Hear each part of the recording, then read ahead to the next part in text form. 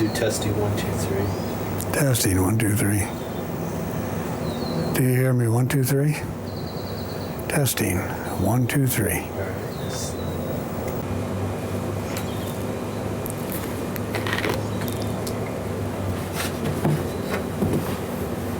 right. All right. No camera again. Is the camera rolling? Camera's rolling. Rolling. All right. So now I want to ask you about all the different jobs you've had, if you can remember them from when you're a little kid all the way through now. Let's see, my first job was a paper route. I had a paper route in Long Beach. I did the Long Beach Press Telegram. And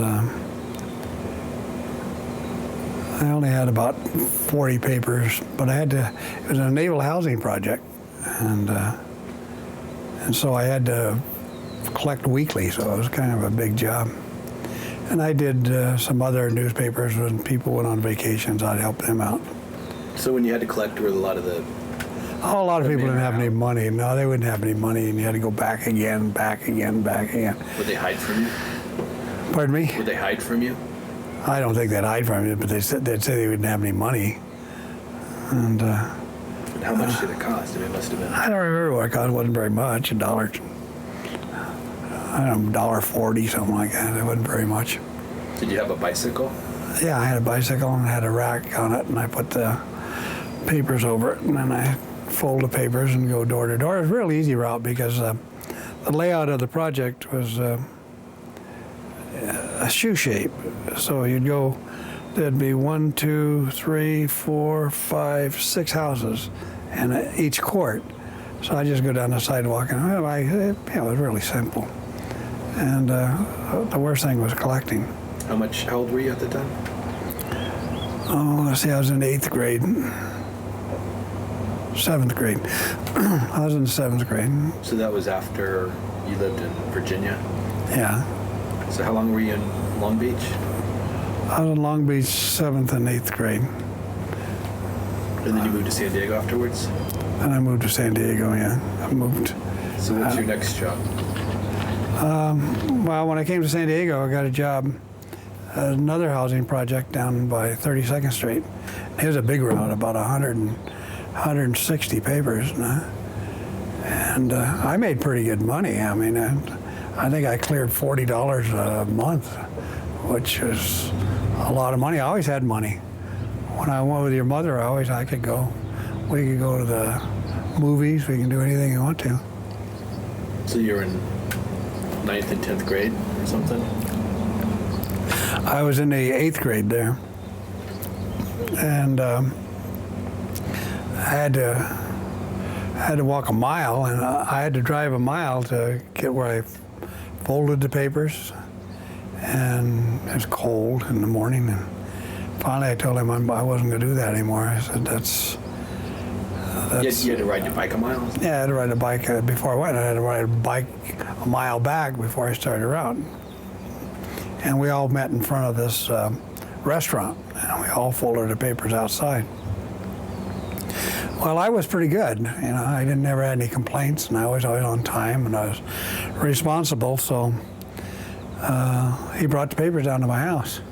What paper was this? This is San Diego Union, and I did that in the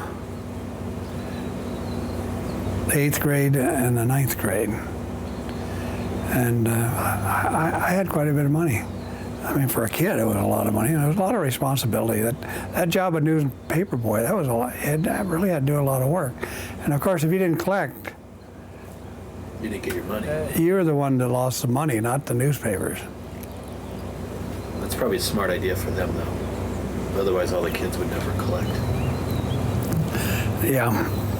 So what kind of bike did you have? Oh, I don't know. I had a Huffman. I had a Huffman bike, a black one. Nice bicycle. Well, I think it's called Huffman. I think later they call it Huffy.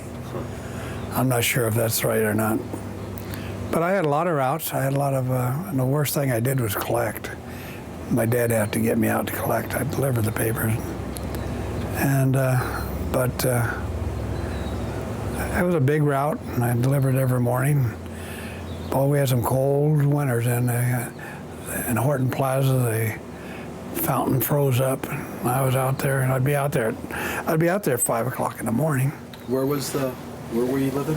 I was living in a housing project over on 32nd Street. It was 32nd in National City? No, 32nd Street in San Diego. Where is that? Is that Right next to Harbor Drive, 32nd, it's destroyer base. the mothball fleet is now? That's further north. Huh. And so, Is it near downtown? I don't know where that is. I'm just trying to figure it out. well, you know where the mothball fleet just had. It's just north of that. They call it destroyer base. It's right there, and 32nd Street comes down into Harbor Drive. Right, it's just before you get to National Steel. And So you had that for a year or two, or? I had it for 2 years, and then some things that happened. I had a house catch on fire, and I ran up and knocked on the door, playing a hero, but the people were already out. I didn't know that. That's smart. Yeah. And had a woman come out when I was collecting one time. She had the flimsiest negligee that I ever saw. That was probably the highlight of my young life then. Oft talked about, I'm sure. I didn't tell anybody about it. I was embarrassed. And then, so then you had to paper out. What's your next job? Well, then when I went to, I lived out of the district. I lived in San Diego, and I was supposed to go to Memorial Junior High School. And Memorial Junior High School just had a horrible reputation. And Colleen's aunt, For what kind of stuff? just criminal stuff. Really? Just a rough place. Colleen's aunt worked there, and she said it was rough. What's her aunt's name? Oh gosh, I think it's Gertha, but I'm not sure. I don't. So whose sister would that be? That's your grandpa's sister, Grandpa Knapp. Okay.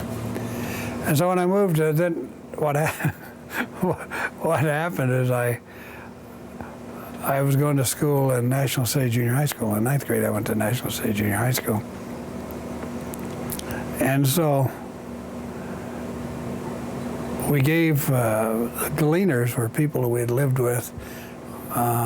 When my dad was overseas, we lived with him in National City. The Leaners? Gleaners. Gleaners. Yeah, they were shipmates. And so we went there. And Why did you live with them? Well, it was just a temporary couple months thing that we were doing, and Edward was my age. I think he ended up in jail, I'm not sure.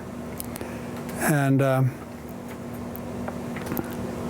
so I was going to school, and we gave the Gleaners address, because I didn't want to go to Memorial. And I took algebra in 9th grade. And the teacher, Mr. Wynn was a short, bald-headed fellow, and every time he saw you, he'd say, "Howdy, howdy, howdy." And a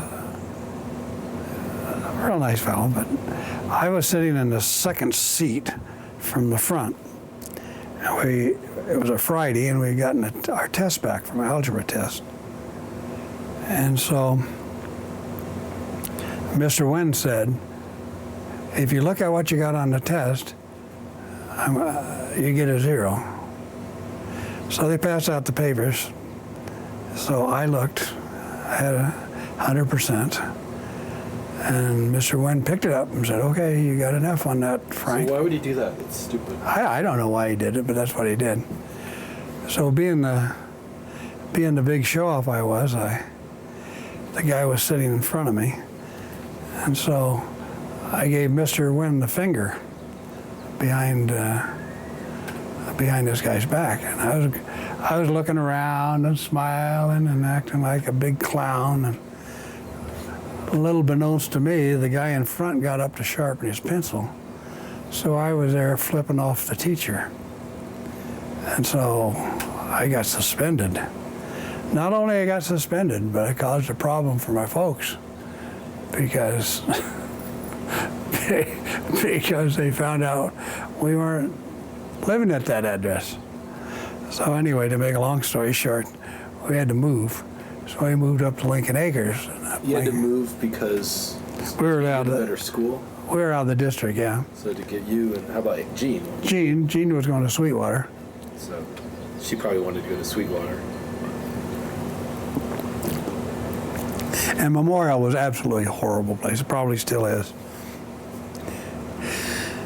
And so that's how I got there. And when I moved to Lincoln Acres, they wanted me to take a route up there. And I didn't want to take a route up there. I mean, there were hills up and down. And Where's Lincoln Acres? Lincoln Acres is, Grandma Scott lived for a while. yeah, that's where she lived in that little house in back. That's Lincoln Acres. That little house. Oh yeah, yeah. Yeah. And I know how to get there. How do you get there? oh, we walked there, remember, before the freeways were built? We walked to Lincoln Acres. Yeah, we took a hike.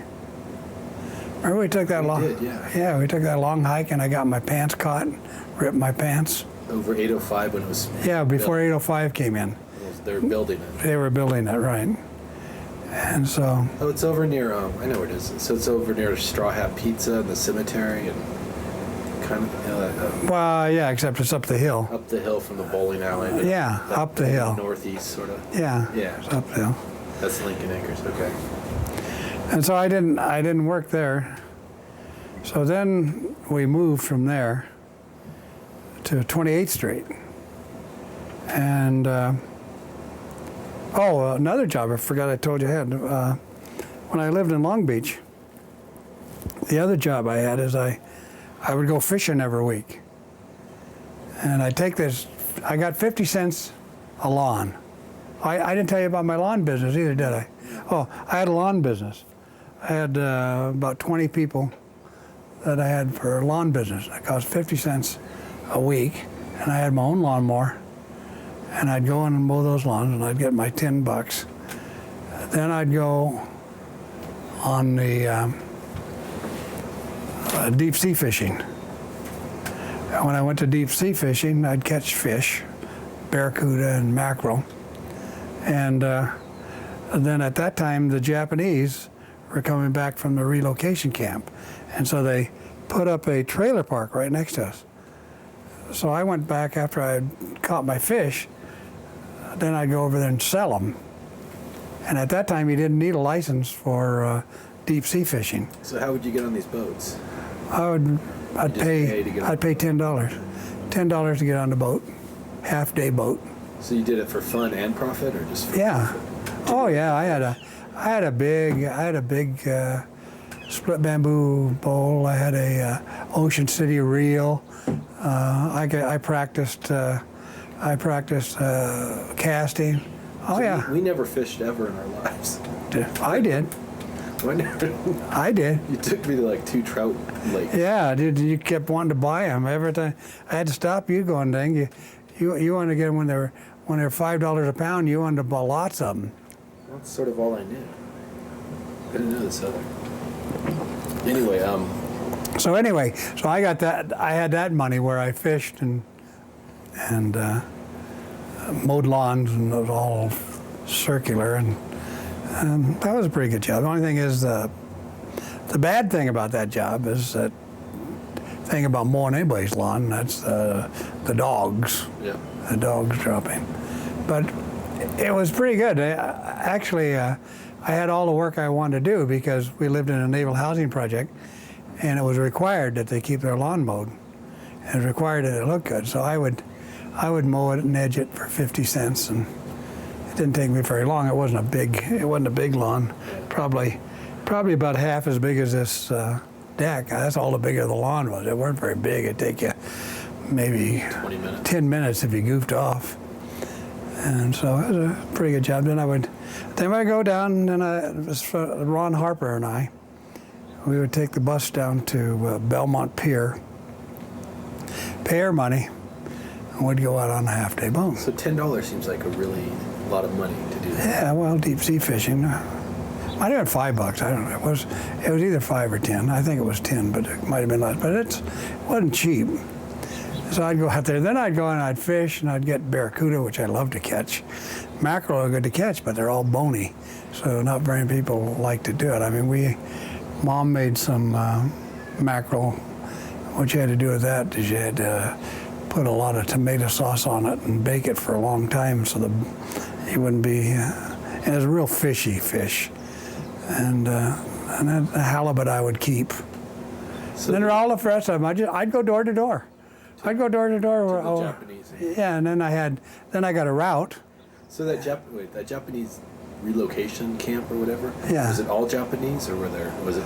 Well, the trailer park wasn't a relocation camp. They came from. I know. Yeah. Whatever, the relocation camp.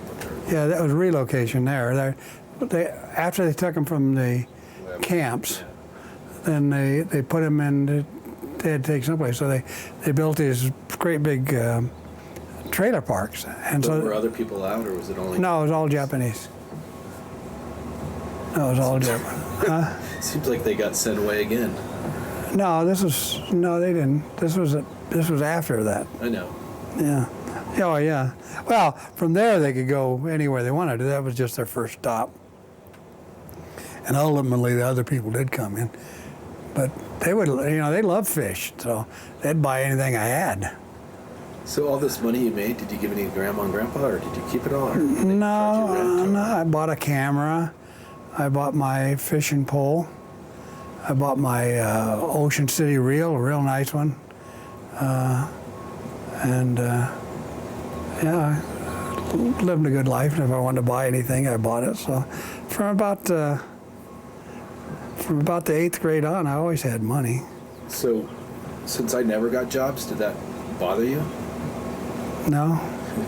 Well, it was a lot more difficult when you were going to school. I mean, you'd go to Jack in the Box and you could do that type of job. But, I mean, newspaper routes, you didn't have to be very old to get those. And then pretty hard to get them.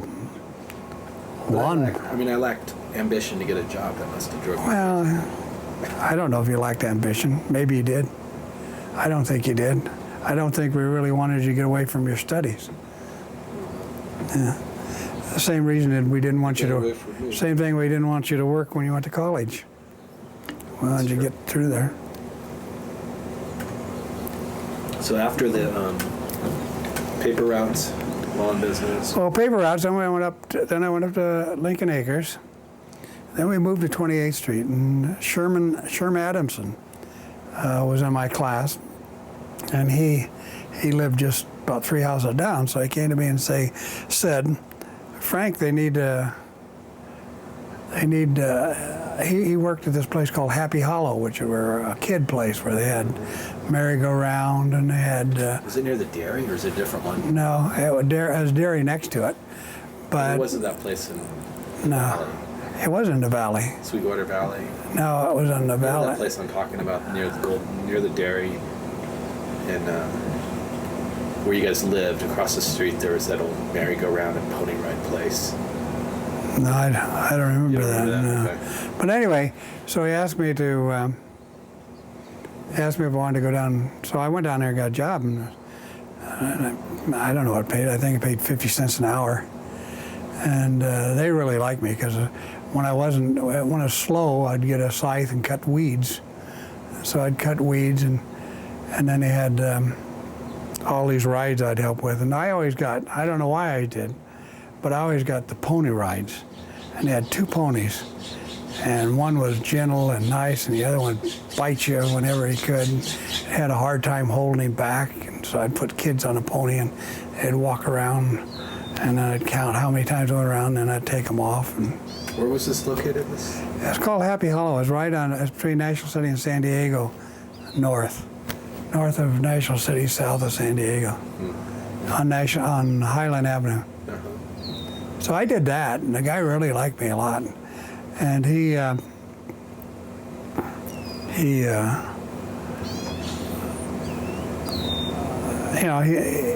finally I said to him, 50 cents an hour isn't very much. And I said, I don't think that I want to work for 50 cents an hour. I'd been there 4 or 5 months. And so he gave me 75 cents an hour, which is 50% raise, which wasn't bad. And then his daughter, I guess, was about a year older than I was, and she kind of liked me, and the guy that owned the place kind of wanted me to get together with his daughter. I was going with your mother at the time. It was kind of sad. She wanted me to go to her junior prom. She asked me, and I was really, no, I was going with your mother. I didn't go. It was really kind of. What was her name? I don't remember her name. Oh, come on. No, I don't. No. Okay, so after that, so would you get fired after that? No, I didn't get fired. Where did I go next? Well, I think next I graduated from high school, and I worked at Roar. I worked at Roar as an assembler. I screwed things on, tightened them up in there, and I worked on them. I don't know what airplane it was a bomber, and it was a contract for 36 of them. So they had all these pulleys along that I don't know exactly what they do, but every pulley, you had to do 36 of them. So I'd do 36 of them, and then I'd do 36 more of them. And I worked on Roar, and I was. How long did you work at Roar? About 6 months. And I was 17 years old. It was during the Korean War. And I learned all the screw sizes and how they worked. And I found out the code for the rivets. And so after I was there for about 2 months, all these people have been working there for years and years and years would ask questions of me about these parts. And boy, I told you, that's when I decided that I was going to college. I mean, there was no doubt in my mind I was going to college. I had no pressure from my folks. They wanted me to be a mechanic or something that could always keep a job. And so I worked there 6 months, and I started there when I was about end of June, July, and then November 7th I went in the Navy. And so you went to the Navy thinking you're going to go to college, or just? I know you earlier you talked about how you went in the Navy to avoid a draft, right? Well, and you wanted to be in the Navy. If you're going to have to do it, you're going to be in the Navy. Well, that's essentially it. People are starting to get drafted. If I would have waited till I was 19, I would have gotten drafted. A lot of people are getting married and having kids. If you had kids, you didn't have to go. And so the job I had was, I didn't mind it. It was just mindless. And so I decided then that I had to get an education. And but I didn't join the Navy to get an education. I joined the Navy joined the Navy because I wanted to make a choice. And then also my dad was in there, so I had that. So when you went to, actually, since he was in there, did they treat you differently? Probably not. Where? In the Navy, if they know your dad's in it, they probably don't. No. No, I was an embarrassment to my dad. So you were in there 2 years? 2 years, 9 months, and 16 days, to be exact. And then, Uh-oh. You have to get it? Is that yours? No, it's yours. Oh. You want to go get it? Who is it? And I have to do the rice. The rice takes, they can do the rice.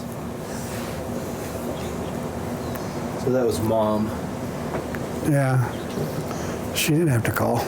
Telling you to put the meatloaf on. Yeah. Subsequently, she also woke up Will, so I turned on the Cartoon Network for Will, so hopefully it'll be okay. All right, so we're in the Navy, so you've already talked about the Navy. So I joined the Navy, and I joined on a kiddie cruise. You already talked about the Navy, so I have that. Yeah. So after the Navy. Oh, you don't want me to embellish it at all? Oh, no, on your previous tape you talked. Okay, well then then after the Navy, I came back to Roar, and I got $1.25 an hour Why did you go back to Roar? because they had to take me back.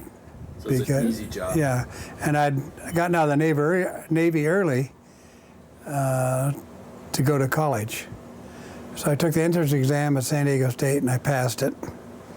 And so I had to wait until, well, it was November and it didn't start till January. So I worked from November to January. Or September, I guess it was September to January, because I got out early. So how come Roar had to take you back? Because it was GI Bill. They had to take me back. They were required to take me back. So any job that you had before you went into the armed forces, they'd have to take you back? Yeah. Or just war type jobs? All of them they were supposed to. And I don't know if it always worked out, but with a large company like Roar Aircraft, it was no problem at all. I just came in and they hired me. Is Roar still there? Well, it's called Goodyear now. Goodyear bought out Roar about maybe 15 years ago. What do they do? I think they do the same thing, make Components. parts. Yeah. So you go to college. Yeah, and then I started in college, and then I had to get. So I got the GI Bill, so I got X number of dollars. It wasn't a lot, but it was. Your mother was working, and I got that, and then Were you married at the time? Yeah, I got married before I went when I was in the Navy. Okay. I got married, and so I was married, and so I took a job selling encyclopedias. I was the worst seller of encyclopedias.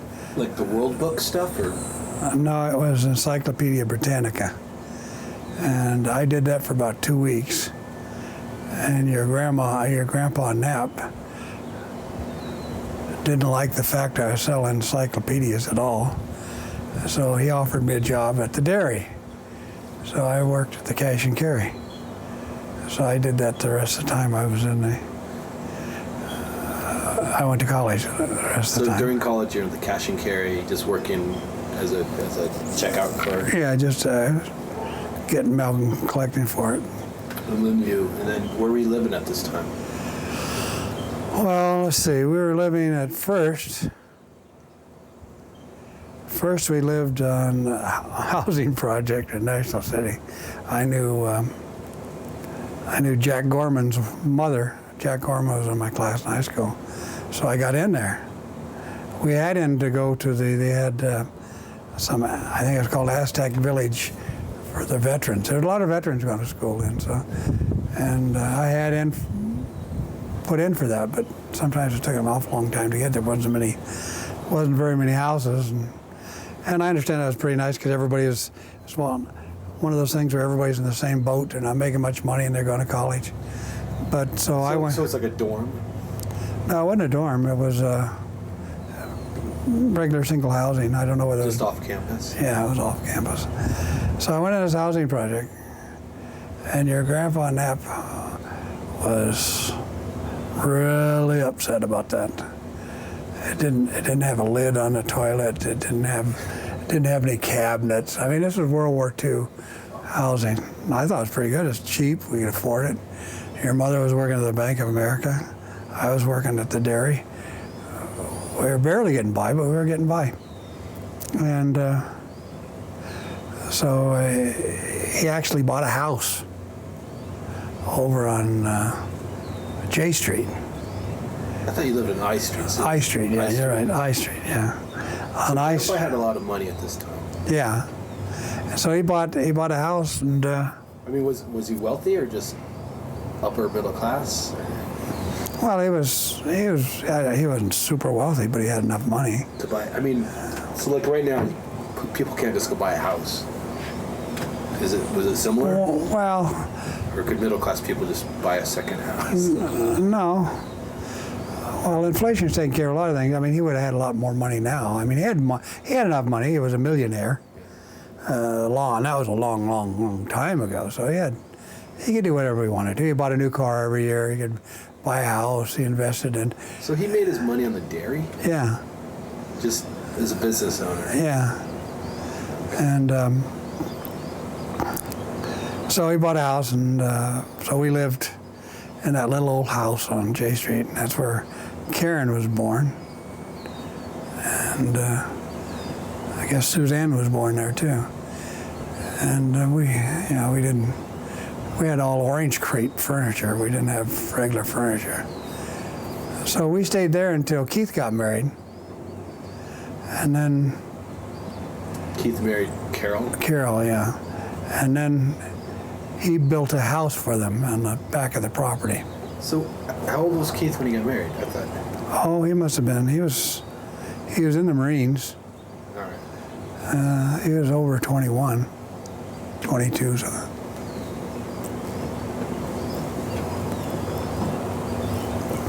So they built a house for him. Where was that house? That house was right behind the other one. He built it right on the same property. It was an inexpensive house. And so your mother was still working at the bank, and I was still working at the dairy. And So you lived in the same lot with Keith for a while. oh yeah, for a while, a long time. Yeah, they lived in the back and we lived in the front. And they had the new house and we had the old house. And they had a baby, right? Pardon me? They had a baby, right? Yeah, they had a baby about 6 months after they were married. And So that was, both you, your sister and mom's brother yeah, had to get married. right. So I was confused because I thought that was a high school thing, so it was after high school. Yeah, Jean was in the, I think junior or senior. She just was a senior or junior. Keith was in the Marines. And let's see, what did I do after that? So then you lived on I Street. Then when did you move to the dairy after that? Yeah, I didn't move to the dairy until I worked for Golden Arrow Dairy. So your grandpa had a good friend named Earl King, and he owned a upholstery supply house downtown. So I graduated with honors, and they knew me, and so they wanted me to come in. They wanted me to be a partner. What's the name of the place? Earl R. King Upholstery Supplies. And I worked there for about, maybe, I don't know, not very long, 6 months, I guess. And I obviously saw that this was a family organization, and I asked them when I was going to be able to buy in, and they started backing away. So I left there and I worked for Golden Arrow Dairy. And So Golden Arrow Dairy at this time had been bought by. Cloyd's had been bought by Golden Arrow Dairy. So had Golden Arrow? Did they have other dairies, and then they bought Cloyd's? To Yeah, they bring it in? had drive-ins around town. They had So they just one in Vista and one in, annexed or whatever. yeah. Bought So it. they picked two there. How many dairies did Clyde's have? Cloyd's had two dairies, one dairy and two stores. And you can call it Clyde's if you want to. It's wrong. Yeah, that's wrong. And so then I worked there for 12 years. You were just at the dairy for 12 years. And I was in charge of cash and carry, and we had 7 cash and carries. I was in charge of all gasoline sales, and we did $1 million a month. I was in charge of Dipper Dan, the ice cream man, the restaurant, and I was in charge of the grocery store in El Cajon. So I had a lot of work to do. So you're a manager of all those. I was supervisor, all of them, manager. I had managers in each of those places. I was a supervisor. So you're above the manager. Right. And then who was above you? The brothers? No, the sons of the brothers were above me. First it was Don Clory, and then pretty soon, that was a pretty good job. I always thought it was a pretty good job because I didn't know where you could ever go and get as much experience as I did. I mean, I ran a grocery store. I ran a restaurant. Was it in El Cajon or El Cajon, yeah, on Main Street in El Cajon. I think I only went there once. You went there. Remember the time that I went out there to count the money, and the policeman. Yeah, because you were counting bridges or something, like 80 miles an hour. And the guy we passed the policeman who was chasing somebody. So I thought, didn't you get off or something? Oh yeah, I got off. I totally wanted. Flashed your badge. No, I didn't. I think that he. Oh yeah, then I was a counsel too. That was a job, wasn't it? So the Dipper Dan, where was that located? That was on H Street, where the shopping center, Chula Vista Shopping Center was. So was there? Oh, the old Olivewood housing project. So there's no shopping center. Oh yeah, okay. Would it be on the south side of that street over there? Yeah, it's there now. The Dipper Dan building still? Oh, Dipper Dan building was. They moved it to J and what's the main street in Chula Vista? Third and Main, Third and J. And I think they tore it down about 4 or 5 years ago, but it was there for a long time. Third and J. Yeah.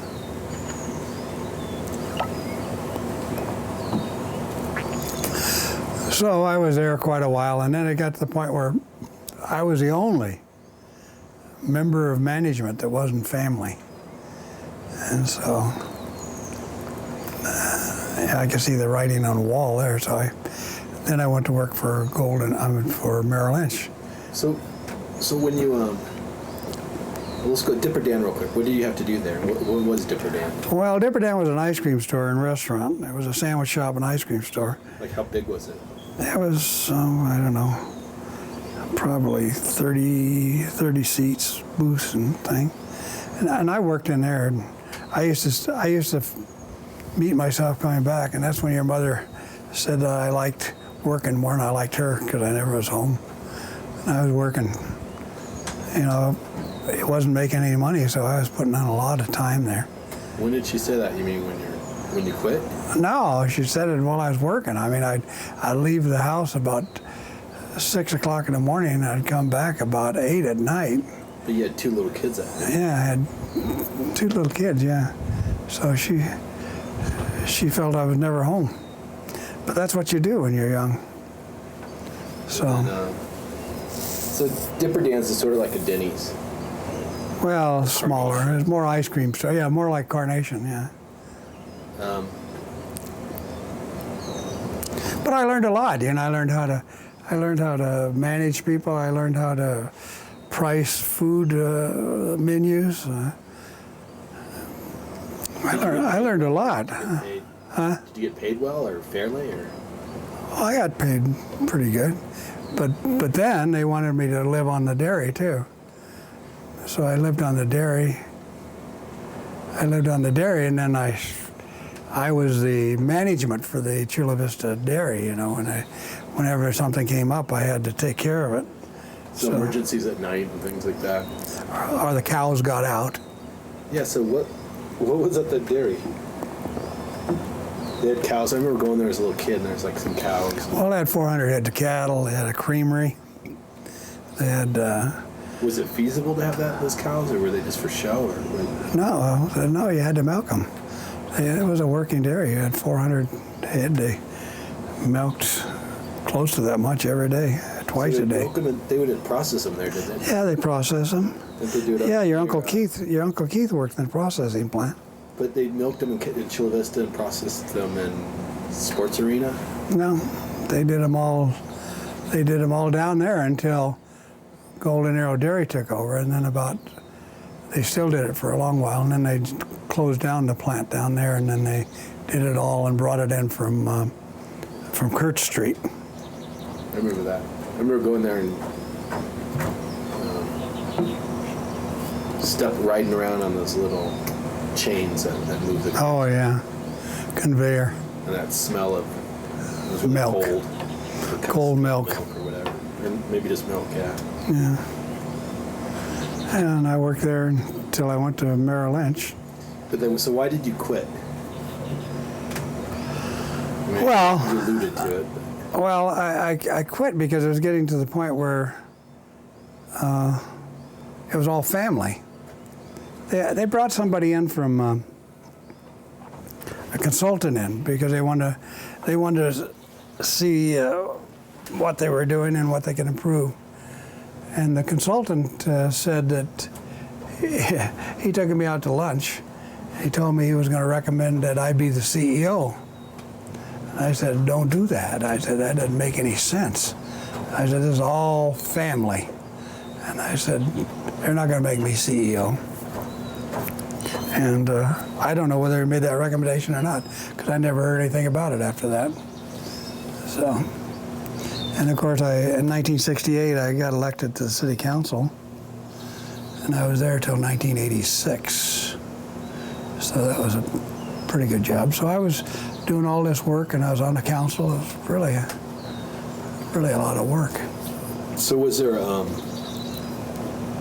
did you have a big blow up or anything when you quit, or you just quit? No, I didn't blow up. In fact, I had their account when I was at Merrill Lynch. Oh, really?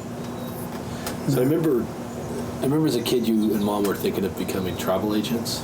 Oh yeah, that was one thing we tried it with Bill Deneen. Who's Bill Deneen? Bill Deneen passed away about 5 years ago, but Bill Deneen was working for Sunbeam Bread, and so he delivered. We're a big account, and so he wine and dined me, and he was having pressures there. Is it like this job? Well, he was just having pressures to produce, and he wasn't too happy there, and I was about ready to leave. So we went down and we looked for travel agencies, and we found one we liked at the Army Navy YMCA on Broadway in San Diego. So we made an offer, and the guy turned it down. Well, Bill didn't get it. Was he selling it? Yeah, he was selling it. Okay. You just lowballed him or whatever. No, we didn't lowball him. We just sold it. We figured out what it was worth to us to do it. Yeah. And he would have been the outside man. I would have been the inside man. And What does that mean? well, he would have gone out and got customers. Okay. Yeah, commercial customers. And so they turned us down. Well, then Bill got a job with someone else, and he didn't want anything to do with it anymore. So the people called us back, maybe 6 weeks after, and they accepted. They said they would accept our offer, and we told them, It's too late. yeah, I'd lost my partner, and so I didn't want to do it on my own. But if I had to do it over again, I would be an entrepreneur. You can make a lot more money doing that than working for somebody else. And Seems like you did okay with, I mean, my recollection is that when you got the job at Merrill Lynch, you made more money. Yeah, I made more money. And the other thing that happened at Merrill Lynch after the first 2 or 3 years, I mean, they were closed Saturday and Sunday. I used to work six and a half days a week at the dairy. And it seemed like I was in heaven when I had the weekend off. Of course, you got the advantage of that. I had spent a lot more time with you than I did the other two kids. You were running quite a bit then. Yep. I was, in my 50s, I was down to 170 pounds. And running. And so that's pretty much it. And then I retired from Merrill Lynch, and that's it. I've only had one paying job since, and that was on the jury. Did you like Merrill Lynch? Did you like working? I mean, it's a stockbroker. Yeah, I liked it. Yeah, it was. Yeah, it's like when I was in the when I worked at Roar, you had kind of a mix of people. You had some people who were intelligent and some people who weren't intelligent. And when I went to work, when I was in the Navy, in my group, I was a communication technician, and everybody was intelligent, and that was nice. And They were intelligent. Huh? They were. Yeah. They were intelligent, and then And Merrill Lynch, the same thing. Everybody was sociable. I mean, there had to be salesman type. They all had a degree of intellectual curiosity, and they were nice people. But every job had its problems. You got your pressures and. I mean, it seems like you were doing well earlier than later. Is that true, or you just got older later? Well, relatively, I wasn't doing as well later as I did earlier, because my first year I did the best anybody had done in their first year. But what happens when you get about 50 years old? You start taking inventory and what's important. So I started not working as much as I had in the past. So I could make. These 25, 30-year-old guys work crazy hours. Yeah, that's what I did too. And so, I did enough that I wasn't in jeopardy of losing my job, but I could have done a lot more.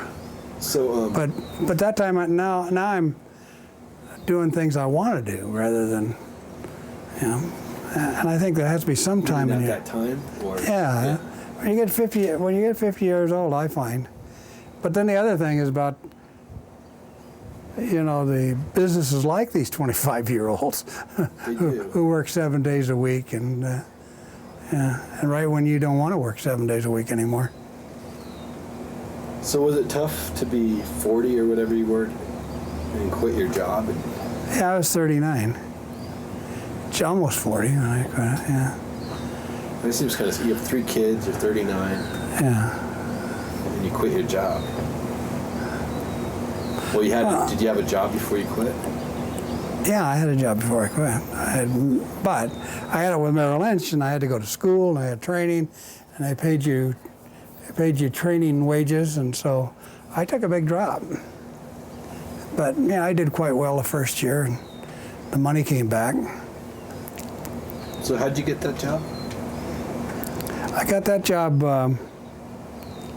Bill Holland was working down there, and Bill Holland was my campaign manager, and I'd known Bill for years. So I called him one day, and I was just networking, and I said, Bill, if you hear anybody you know that's needs a job, I said, let me know. He said, well, heck, we need people here, Frank. You'd be great down there. And I went down and I interviewed and got hired. So I got through Bill Holland. And then so you're in that training program. You had to go to New York for 3 months? 3 months, yeah. That's a long time. Yeah. That would have been fun. Why don't you tell that story about that guy you cheated on? Cheated on a test? Didn't he cheat the whole time in New York? Oh, I don't know about that, but what happened is we had our final test is we had these cheat sheets, they call them. So all we'd do is we would ask questions like you were doing today. What is a study of bumps on the head? Study guide. Yeah, study guide. But it was, I went in to take the test, and every question was exactly like the one on my study guide. I mean, it was the same test. So I got through with it. So I went up to Merrill Lynch, and we had people that were each class. It was like a graduate school, and each class had kind of a counselor if people had problems and so on and so forth. So I got an appointment with him, and I said, I took a test, and I said, I studied the test. I said, I didn't know I studied the test, and I said, I just want to let you know that. They knew it, and the test changed in 6 months. But I mean, I got 100% on the test. Yeah. No, you said there was a guy out there that was cheating on you the whole time, or cheating the whole time. You don't remember this guy? You've told this story before. Well, there's a guy in the Navy. No, this was I believe it was in New York. Maybe I'm wrong. I can't remember that. Maybe it never happened. Well, I better get going. I better get in there. Do you have 10 minutes? No, I gotta get the corn going. All right, we'll pick this up in 10 minutes. Okay. Or later. I gotta shuck the corn, and We'll pick it up later. Okay.